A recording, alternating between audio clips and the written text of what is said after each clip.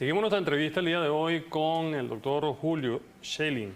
Julio, ¿por qué ha permanecido durante más de 60 años la dictadura cubana? Uno como venezolano se pregunta y uno espera que no sea el destino de nuestra Venezuela. ¿Por qué ha costado tanto restaurar la democracia en Cuba? ¿Y cómo ves tú este proceso en el hemisferio? ¿Será Cuba libre pronto?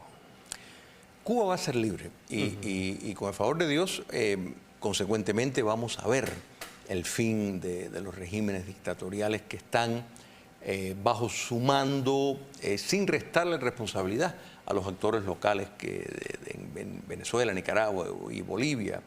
Pero el secreto de supervivencia es, primero, un ejercicio de un terrorismo de Estado muy calculado, una inversión en relaciones públicas extraordinaria. O sea, desde el primer momento, Cuba comunista entendía que la geografía estaba en su desfavor, ¿no? O sea, geografía por la proximidad a los Estados Unidos.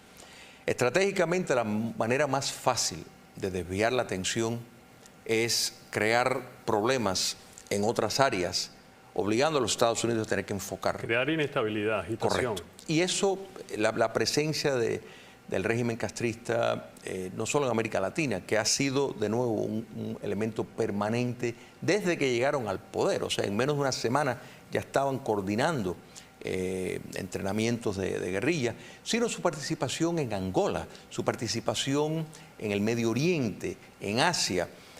Todo esto logra el fin de presentar crisis de la cual los Estados Unidos, al tener que atender y comprender de que Cuba comunista es un partícipe, la proximidad de pronto se convierte en una desventaja para los Estados Unidos, en el sentido de que los tienen demasiado cerca y tienen fuegos grandes que apagar en diferentes regiones. Segundo, al asumir ese papel internacional, logran un lugar en la mesa, que es algo que ellos siempre han querido, un lugar en la mesa casi de igual a igual en el sentido de la negociación.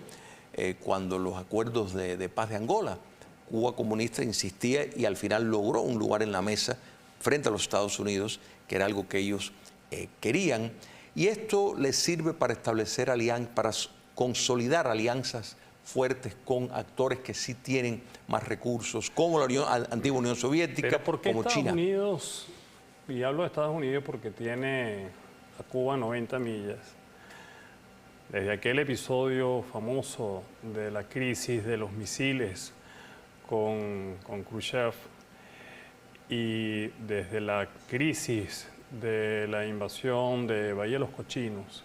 ¿Qué ha pasado en 60 años? ¿Qué se ha mantenido el régimen? Y si a ti te preguntan, ¿qué ha dejado de hacer Estados Unidos o qué ha podido hacer? ¿Cuál sería tu respuesta? Primero, y fíjate que todavía vemos fragmentos de esa maquinaria. Las campañas de desinformación y de espionaje, de penetración para influir en instituciones clave han distorsionado la realidad. Cuba comunista ha invertido enormes sumas de dinero en campañas muy activas de desinformación y de inteligencia, donde han penetrado instituciones clave en los Estados Unidos que han logrado desdibujar la realidad. ¿A qué me refiero? De que Cuba comunista no es una amenaza, de que su participación en el narcotráfico es menos de lo que en realidad es, que no han estado desarrollando armas biológicas, químicas, que no minimizando la relación que tienen con movimientos de terrorismo doméstico en los Estados Unidos. Recientemente, un exoficial Rocha fue encontrado después de más de 4 décadas de servicio. El papel de Rocha era como espía de falsear la realidad. Ana Belén Montes, la pareja, los Myers. Te puedo nombrar tantos casos de personas que han ocupado puestos, centros de nervio en la inteligencia de los Estados Unidos. Entonces, ¿qué papel juegan? Que cuando les llega su sección, información que podría perjudicar al régimen castrista o presentar una imagen de amenaza que podría producir acciones de parte de los Estados Unidos con vista a seriamente buscar removerlos. No lo hacen porque de pronto están recibiendo y dicen, bueno, pero mira, este informe está contradiciendo este otro. Entonces, eso ha sido fundamental. El también establecer lazos de afinidad con personas que necesariamente no son agentes de espionaje, pero sí establecen por medio de diferentes mecanismos como la causa, por ejemplo, en los Estados Unidos de los negros norteamericanos. La Unión Soviética, el comunismo internacional siempre vio el problema racial en los Estados Unidos como como un nicho, como una forma de la lucha de clases, o sea, que ellos podían llevarlo.